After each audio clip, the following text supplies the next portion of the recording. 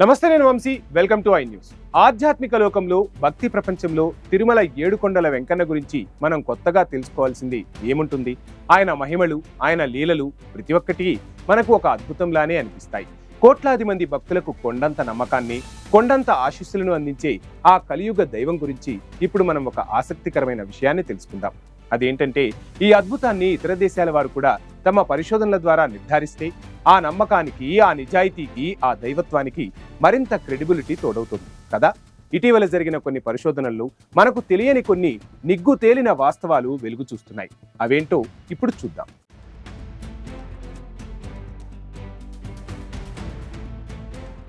శ్రీ వెంకటేశ్వర స్వామి వారి చరిత్ర సుమారు 2000 ఏళ్లకు పైబడినది. అంతకాలం నుంచి, అంటే ప్రతిరోజు నిరంతరం ఆయన నుదుట పచ్చ చందనం పూత పూస్తూ ఉంటారు. అసలు ఇక్కడే ఓ విచిత్రం దాగి ఉంది. సాధారణంగా మనం చూస్తుంటాం, ఏ రాయైనా, ఏ శిల్పమైనా దానిపై నిరంతరం ఏదైనా రాస్తూ ఉంటే రాపిడి వల్ల కాలక్రమేణా పగుళ్లు రావడం, అరిగిపోవడం జరుగుతుంది. ఇది ప్రకృతి నియమం.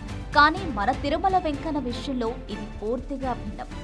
స్వామివారికి ఇన్ని శతాబ్దాలుగా రోజుకు 2-3 సార్లు చందనం పూత వేస్తున్నా ఆయన విగ్రహానికి ఎలాంటి పగుళ్లు కానీ, అరుగుదల కానీ జరగలేదు.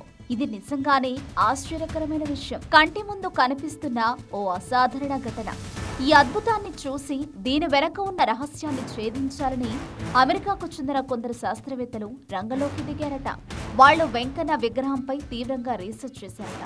అసలు ఈ విగ్రహం ఏ మెటల్తో తయారు చేశారు, ఎందుకు ఇలా జరుగుతోంది అని కనిపెట్టడానికి ఎన్నో ప్రయోగాలు, పరిశోధనలు చేసి చివరికి ఘోర పరాజయం చెందారట. అవును, వారికి అసలు ఆ మెటల్ ఏంటో, దాని ప్రత్యేకత ఏంటో కనుక్కోవడం సాధ్యం కాలేదట.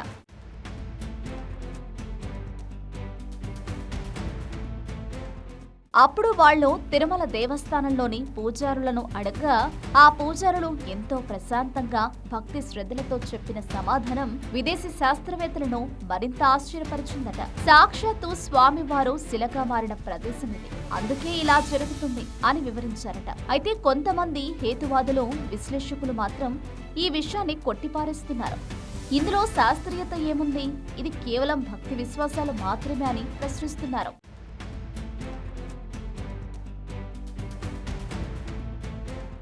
వాస్తవానికి శాస్త్రీయంగా మనం ఇంకా తెలుసుకోవాల్సిన విషయాలు చాలానే ఉండవచ్చు.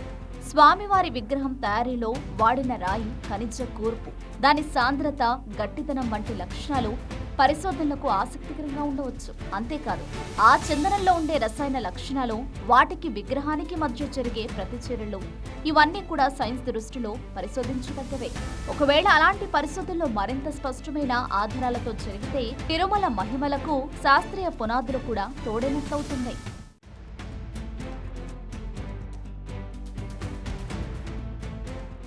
ఏదేమైనప్పటికీ తిరుమల దేవస్థానం అనేది కేవలం ఒక ఆలయం కాదు, అది ఒక గొప్ప ఆధ్యాత్మిక శక్తి, ఒక సామాజిక కేంద్రం.